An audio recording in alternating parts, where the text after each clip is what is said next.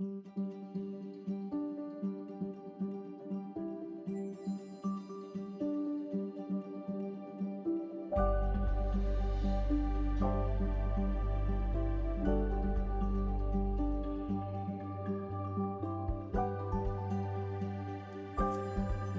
and welcome to the Cloister.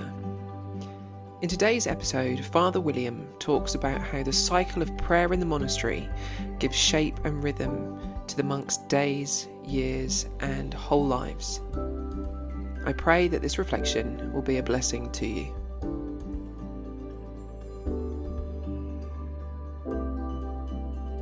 Liturgical prayer is a very multi-dimensional aspect of the monastic life. For us here in Glenstone, one of the key aspects of liturgical prayer is that it's something that we do together as a community, as a church. So that business of actually building community through prayer is a critical dimension of our liturgical life together. And in our context here, it takes place in a church. St. Benedict is very clear that the church is a space that's specifically set aside for prayer in common. And he also is very attentive to the fact that liturgical prayer and private prayer are not necessarily the same thing.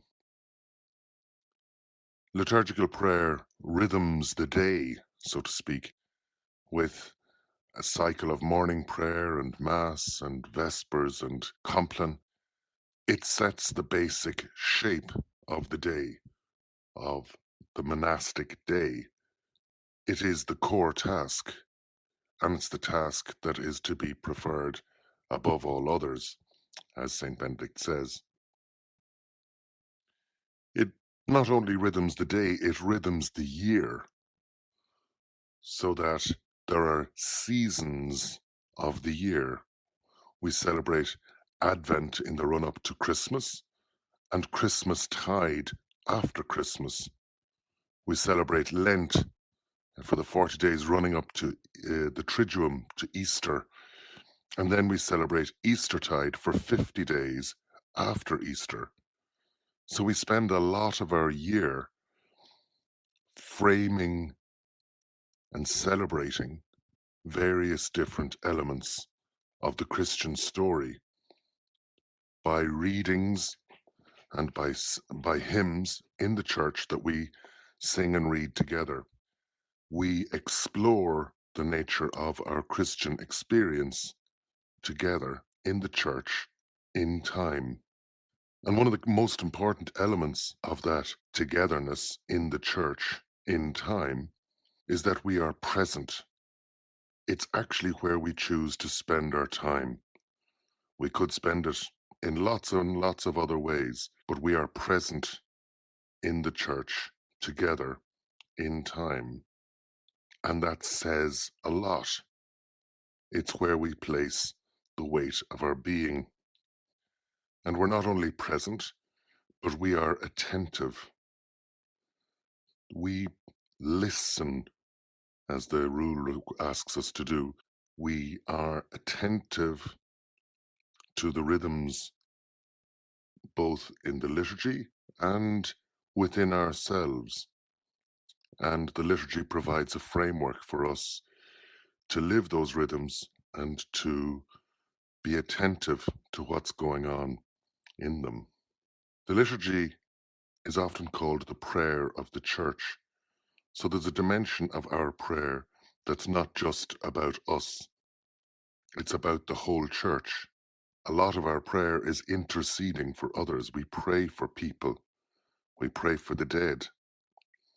We pray for ourselves. And we pray in lots of different ways. We pray through scriptural readings, and also, most notably and perhaps most importantly, by the prayer of the Psalms. And I draw your attention to two dimensions of the Psalms, that there's Psalms of lamentation, a psalm, a prayer that the world was otherwise, a frustration with the world, wishing that things were not as they are. And then there's Psalms of praise, praise is thanksgiving for the world as it is. So we do both of those things. We lament and we praise. And prayer, the church is often, the law of prayer is the law of what we believe. The lex orandi is the lex credendi. We state what we believe in our prayer. And by constantly stating it to the world and to ourselves, we make it what we believe. And I think most fundamentally, I think one of the things about liturgical prayer that's so important is that it's not just something we do. The liturgy, in many ways, works on us. The liturgy does us, so that over time, it is the liturgy that begins to have its effect on us and to open us to God's grace.